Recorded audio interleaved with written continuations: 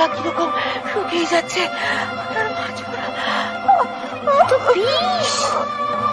বৃষ্টির সঙ্গে বিষ মিশিয়ে দিয়েছে। তুই কাঁদিস না মা, তুই কাঁদিস না, তোর কোনো ভয় নেই। আমি যখন আছি তখন তোর ক্ষতি কেউ করতে পারবে না।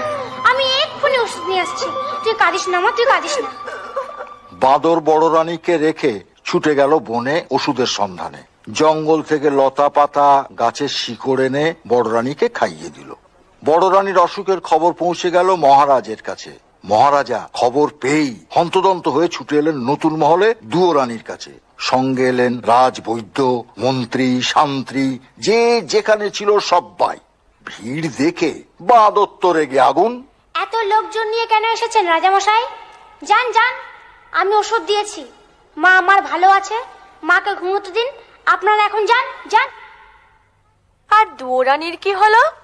3 দিন 3 রাত দুয়ো রানী অজ্ঞান হয়ে থাকলেন। বাঁদর দুয়ো রানীর সেবা শুশ্রূষা করলো। 4 দিনের দিন দুয়ো রানী চোখ মেলে তাকালেন। বাঁদরের খুব আনন্দ হলো। আনন্দে লাফাতে লাফাতে মহারাজার কাছে গিয়ে হাজির হলো। পেন্নাম হই রাজামশাই। কিরে, তোর মায়ের কি খবর? মা ভালো আছে। যাক, বাঁচা গেল, খুব চিন্তায় ছিলাম। মন্ত্রী মশাই, বাঁদরকে মোহর দিয়ে পুরস্কৃত করুন। না মহারাজ, পুরস্কার আমি নেব না। মার শিব সন্তান করেছে, তার জন্য পুরস্কার কিসের? বাহ বাহ বাহ বাবা, বেশ বলেছিস। শুনে শুনে খুব খুশি হলাম।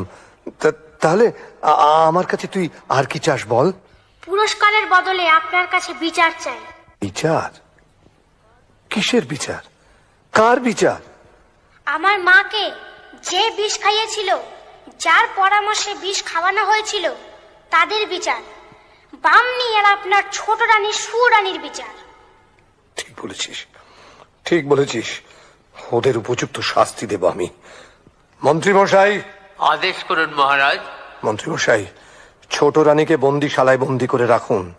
আর ওই ডাকিনী ব্রাহ্মণীর মাথা মুড়িয়ে ঘোল ঢেলে উল্টো গাধার পিঠে চড়িয়ে দেশ থেকে